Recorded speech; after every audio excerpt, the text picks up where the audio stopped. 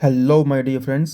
इस वीडियो में हम पब्लिक एडमिनिस्ट्रेशन से रिलेटेड क्वेश्चंस करेंगे, जो कि बेस्ड हैं हमारे जो हमने लास्ट लेक्चर लिया था ना, किया था इसके ऊपर।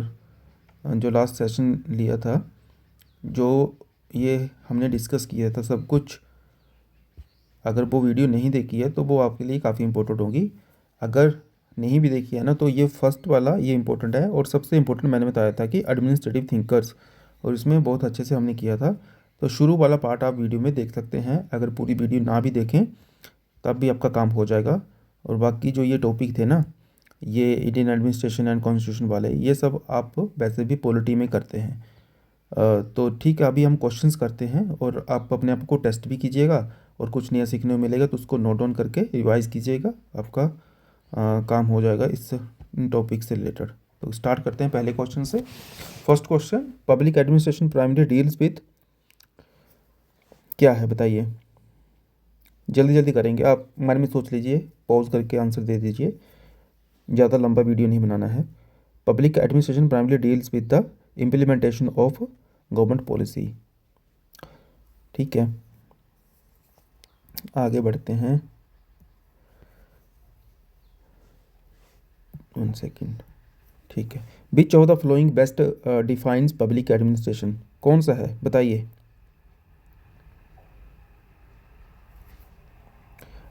Administration of public policies. ठीक है, administration of public policies.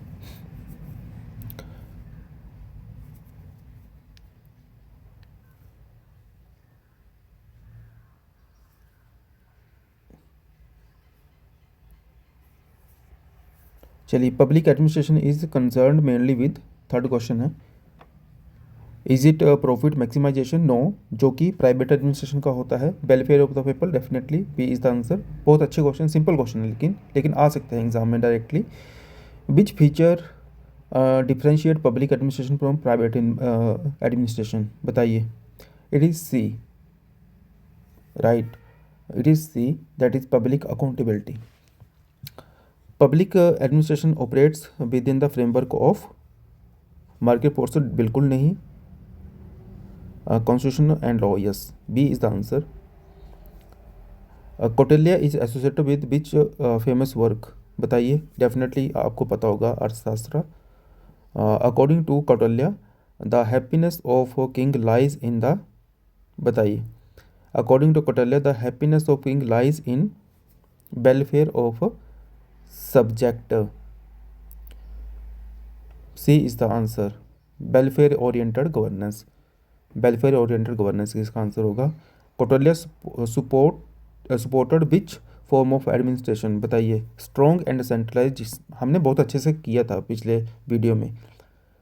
He believed कि strong discipline and centralise administration, right. और Mahatma Gandhi administrative philosophy emphasised, बताइए। महात्मा गांधी एडमिनिस्ट्रेशन, ये डिसेंट्रलाइजेशन, विलेज से सेल्फ रूल की बात करते थे, बहुत इंपॉर्टेंट है, आपको मालूम होना चाहिए। ग्राम स्वराज की बात करते थे, डिसेंट्रलाइज्ड गवर्नेंस की बात करते थे। तो डिसेंट्रलाइजेशन आएगा या ग्राम स्वराज आएगा, विलेज सेल्फ गवर्नेंस की बात आएगी, ट्रस्टीशिप की बात आएगी, तो वहाँ पे गांधी जी का की वो फिलोसफी रहेगी वहाँ पे। द कंसेप्ट ऑफ ट्रस्टीशिप, देखिए ये आ गया, it is of Mahatma Gandhi. 11th, Gandhi's idea of Ram Rajya refers to the just and ethical governance, सीधा ही आंसर है, answer should be C, just and ethical governance. हम क्या बोला गया था गांधी जी के द्वारा कि राम राज्य क्या करता है, राम राज्य क्या सिंबलाइज करता है, कि जस्टिस को सिंबलाइज करता है, मोरालिटी को सिंबलाइज करता है, मोरालिटी को एंड वेलफेयर को, है ना, वेलफेयर को, मतलब मिनिमम गवर्नेंस मैक्सिमम गवर्नेंस, ऐसा बोला जा सकता है। Ethical governance, Ram Rajya, just and ethical governance. F.W. Taylor, Taylor जो हमने याद किया था, टेलर से ही याद किया था, और उसमें कहा था कि ह्यूमन को उन्होंने साइंटिफिक मैनेजमेंट एफिशिएंसी के बारे में बोला था इन्होंने, scientific management, yes, father of scientific management, C is the answer.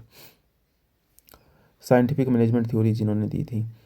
The core objective of scientific management is what, बताइए। B is the answer, maximum efficiency की बात करी थी। एफिशिएंसी बढ़ेगी, प्रोडक्टिविटी बढ़ेगी, तो कैसे बढ़ेगी? अगर साइंटिफिक अप्रोच रखेंगे तो, है ना। ये हमने देखा था, सारे क्वेश्चन देखे हुए हैं। टाइम एंड मोशन स्टडी, बताइए। Time and motion study is associated with which? Taylor. कैसे?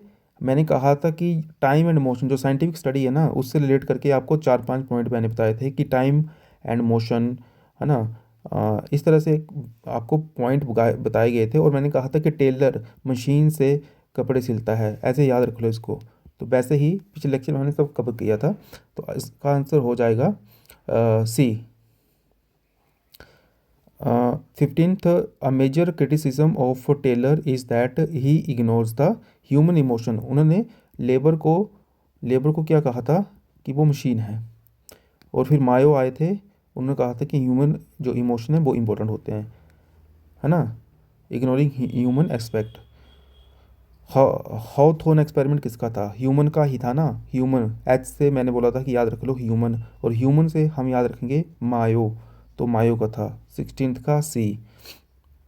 17th question, Hawthorne experiment highlighted the importance of social relations. Definitely आसान है ना, हमने किया था भाई सब कुछ ये social relations. Elton Mayo's theory is known as, बताइए, ह्यूमन रिलेशन थ्योरी। यही तो हमने ऊपर किया अभी। तो मतलब मैंने कहा था कि हम प्रैक्टिस करेंगे क्वेश्चन, उससे बाहर यहाँ से आएगा नहीं क्वेश्चन। तो पिछला लेक्चर नहीं देखा है ना, तो स्टार्टिंग के 20-30 मिनट का लेक्चर होगा, वहाँ पे ये सब कुछ कवर किया हमने, वो देख लीजिएगा। फिलहाल यहाँ पे क्वेश्चंस अगर किया है वो, तो आपको क्वेश्चन आसान लग रहे होंगे। 19th क्वेश्चन देख लेते हैं। Max Weber is associated with which concept? Max Weber, Weber B for bureaucracy, bureaucracy, C is the answer. ये भी हमने किया था। Which is not a feature of Weberian bureaucracy, कौन सा नहीं है? इम्पर्सनैलिटी बिल्कुल है। रिटन रूल्स है क्या? रिटन रूल्स भी होते हैं। और क्रिज्मेटिक अथॉरिटी बिल्कुल नहीं है। एंड हिरार्की भी होता है, सी इज़ द आंसर। और क्रिज्मेटिक अथॉरिटी क्या है? मतलब हम तो एनोनिमिटी की बात करते हैं ना, ब्यूरोक्रेसी एनोनिमिटी की, कि पीछे पर्दे के पीछे रह के काम करते हैं। लेकिन क्रिज्मेटिक अथॉरिटी क्या होगी? कि लीडरशिप, मतलब वो एक पर्सन, ये इम्पर्सनैलिटी का ही के अपोजिट है, राइट। इम्पर्सनैलिटी के अपोजिट है, राइट। तो सी ही is the answer. 21st, recruitment in bureaucracy is based on what? Recruitment in bureaucracy is based on what? Merit. हमने सिविल सर्विसेज में देखा था कि रिक्रूटमेंट कैसी होती है, मेरिट एंड क्वालिफिकेशन के ऊपर होती है, तो C is the answer. Major criticism of bureaucracy is what? क्या है मेजर क्रिटिसिज्म? रेड टेपिज्म तो है ही, too much flexibility in for, major criticism पूछा ना, तो मेजर क्रिटिसिज्म क्या होना चाहिए इसमें, बताइए। बताइए कौन सा होगा? ब्यूरोक्रेसी तो फॉर्मल होती है, इनफॉर्मल तो नहीं होती है। टू मच फ्लेक्सिबिलिटी नहीं, टू मच फ्लेक्सिबिलिटी भी नहीं है। लैक ऑफ रूल या रेड टेपिज्म, रूल्स तो होते हैं वहाँ पे, लेकिन red tapism is the criticism, है ना। टू मच मतलब वहाँ पे क्या है? एक्सेसिव रूल्स, रूल्स तो होते हैं, लैक ऑफ, इससे अपोजिट है ये। रेड टेपिज्म पता क्या है?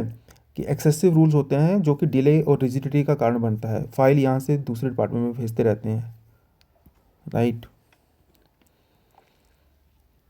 और प्रोजेक्ट डिले होते रहते हैं, ये डेफिनेटली क्रिटिसिज्म ब्यूरोक्रेसी का सबसे बड़ा, याद रख लीजिए। हर्बर्ट साइमन, इम्पोर्टेंट था, हमने किया था। क्या था इन्होंने क्या बोला था? हर्बर्ट साइमन ने क्या बोला था? डिफाइंड एडमिनिस्ट्रेशन एज, बताइए। It is decision making. Bounded rationality का कंसेप्ट दिया था ना इन्होंने। इन्होंने क्या कहा था कि हमें, जो हम पहले क्या सोचते थे कि एडमिनिस्ट्रेटर जो है वो बेस्ट डिसीजन लेता है ना, बेस्ट डिसीजन लेता है, लेकिन बेस्ट डिसीजन पॉसिबल नहीं है, because lack of information, complete information नहीं होती है। टाइम जो है वो हमारा लिमिट होता है, इंफॉर्मेशन लैक होती है, टाइम लिमिटेड होता है, ह्यूमन कैपेबिलिटी, ह्यूमन माइंड की कैपेबिलिटी लिमिटेड होती है। इसलिए इस कंसेप्ट को बोला गया था, क्या बोला गया था? बाउंडेड रैशनैलिटी, ठीक। और मतलब डिसीजन मेकिंग से रिलेटेड हर्बर्ट साइमन का define administration as the decision making, right. तो बाउंड्री रैशनैलिटी, अगला क्वेश्चन यही है। Boundary rationality means limited relation time perfect rational decision. वो परफेक्ट नहीं था, ये सेटिस्फाइजिंग था। सेटिस्फाइजिंग मतलब काम चलाने लायक, परफेक्ट नहीं है। पहले परफेक्ट हमने बोला जाता था, लेकिन it is bounded decision. Complete information no, complete information रहती ही नहीं है हमारे पास। और लिमिटेड रैशनल डिसीजन मेकिंग, ये आंसर होगा। इमोशनल डिसीजन नो, इमोशनल भी नहीं है, ये फैक्ट के बेस के ऊपर ही है। Humans has cognitive and information limitation, right, जो हमने किया था। तो 25th कंसेप्ट ऑफ सेटिस्फाइजिंग, ये आ गया। Concept of satisficing refer to the best possible decision. Yes, A is the answer. No, बताइए ए होगा best possible decision. Best possible decision होता है, लेकिन that is satisficing ideal decision. Adequate and acceptable, adequate and acceptable is more accurate actually. B is the answer.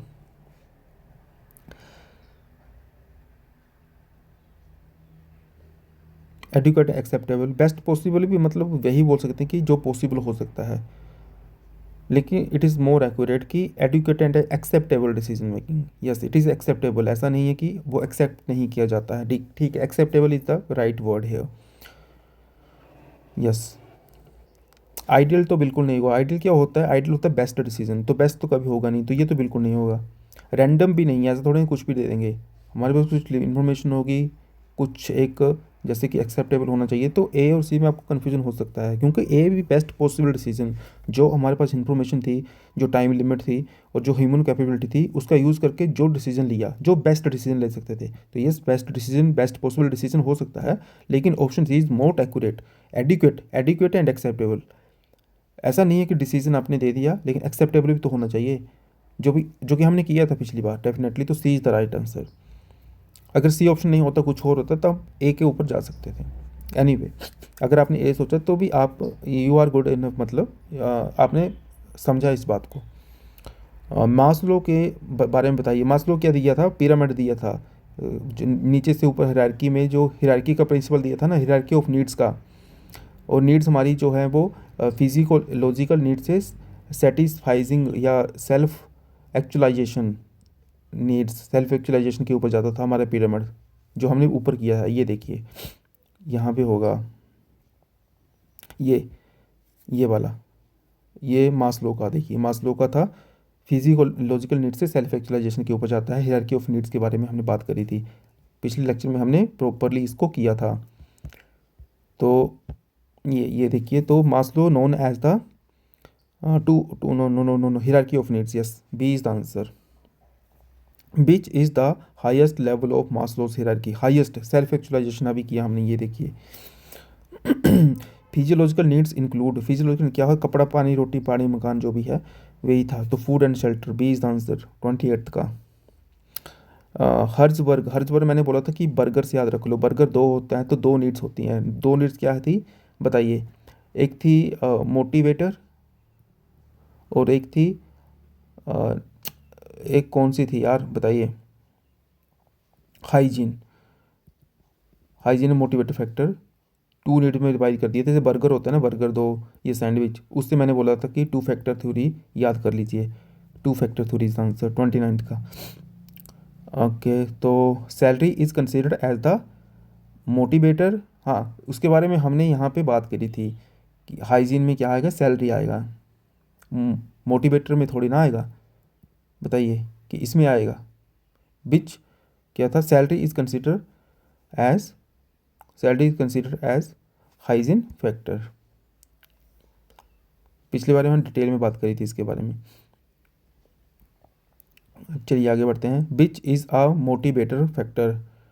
Which is the motivator factor? अब ये दूसरा factor आ गया, motivator factor.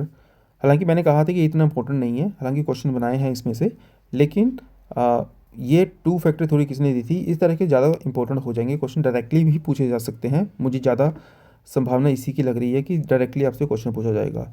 He is the known as the father of public administration, बताइए। अभी तक I think question आया नहीं था। WW वुडरो विल्सन, है ना, हमने किया था ये सब। तो इस तरह से कि जो भी हमने पर्सनैलिटीज अभी की, डायरेक्टली क्वेश्चन आने की संभावना है। तो बताइए विच of the following is the motivator factor? Motivator factor में क्या होगा बताइए।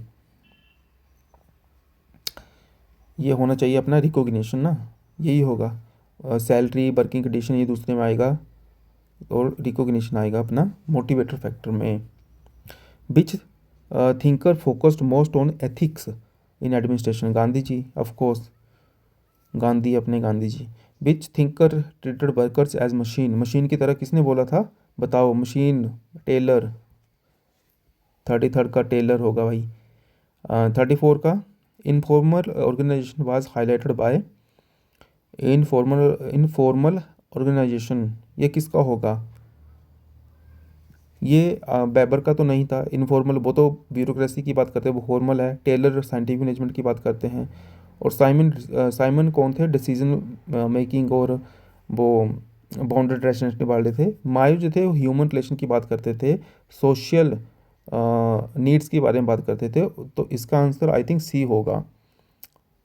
ह्यूमन रिलेशन थ्योरी में वो उन्होंने यही बोला था कि इनफॉर्मल ग्रुप्स की ही उन्होंने बात करी थी, इनफॉर्मल ऑर्गेनाइजेशन के बारे में बात करी थी।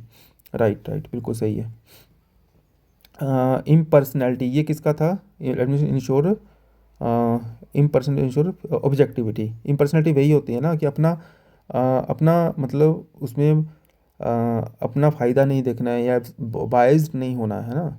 नेपोटिज्म, फेवरिज्म ये तो सेम ही बात है। तो ऑब्जेक्टिविटी और नोट करके भी आप देख सकते थे, अदरवाइज इट इज़ ईजी। किसने दिया था? बेबर ने, बेबर। ठीक है। 35th का क्या हो जाएगा? Option C, objectivity, fair and rule based decision. 36 का देखते हैं। Which thinker bridges economics, psychology and administration? कौन है ये? बेबर है, ये साइमन है, टेलर है, कोटेलिया है? Which thinker bridges economics, psychology and administration? बताइए। हर्बर्ट साइमन ने क्या कहा था बताओ? बेबर तो नहीं है। कोटेलिया आपको लग सकता है कि इकोनॉमिक्स के बारे में बात करी है, लेकिन कोटेलिया के नहीं है ये आंसर। टेलर ने क्या बोला था? Scientific management. नो, साइकोलॉजी की बात नहीं करी थी। तो इसका आंसर बी हो जाएगा। और वो नोट करके भी कर सकते हैं, लेकिन हर्बर्ट साइमन, हर्बर्ट साइमन ने क्या बोला था? उन्होंने इंटरडिसिप्लिनरी अप्रोच के साथ आने आई थिंक डिस्कस किया था, आई थिंक ये जब हमने हर्बर्ट साइमन किया था। एक सेकंड,